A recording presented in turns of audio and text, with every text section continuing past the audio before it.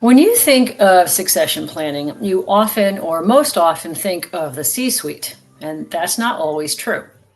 Although it is the place where we start because you want to make sure that all of your senior leaders have a successor in mind so that you don't have some major hiccup in the organization. But I also want you to think about key people and key roles. For instance, maybe you have one person who is certified in fill in the blank. What happens if you lose that one person? Will you lose contracts because the contracts are dependent on you having a certified something? Will you lose customers because customers love that individual and they're going to follow them wherever they go next? I want to share two true stories with you. I had a client who had one person in charge of safety for the whole organization. It was a 600-person organization. So right there, I'm thinking that's an awful lot of responsibility for one individual. But what made it more complicated is he was in charge of fleet safety for the whole organization, which operated in 5 states.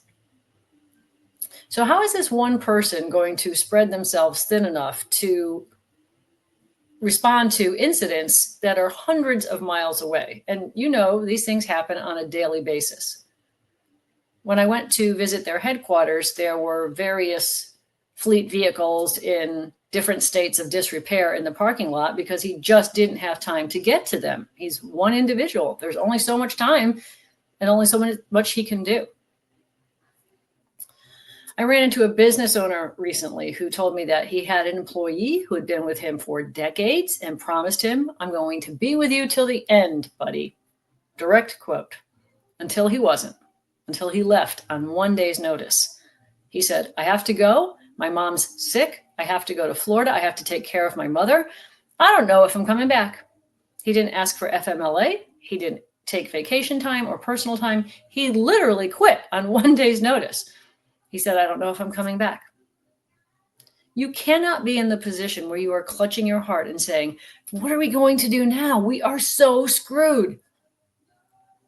So identify your key people or key roles by looking at every individual, every role in the organization, and giving it what I call the, "Oh no, we are so screwed" test.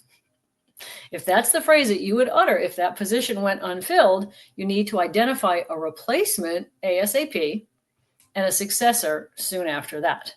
Those are sometimes the same people, but not always. So see the video, the difference between a succession plan and a replacement plan, for more information on that.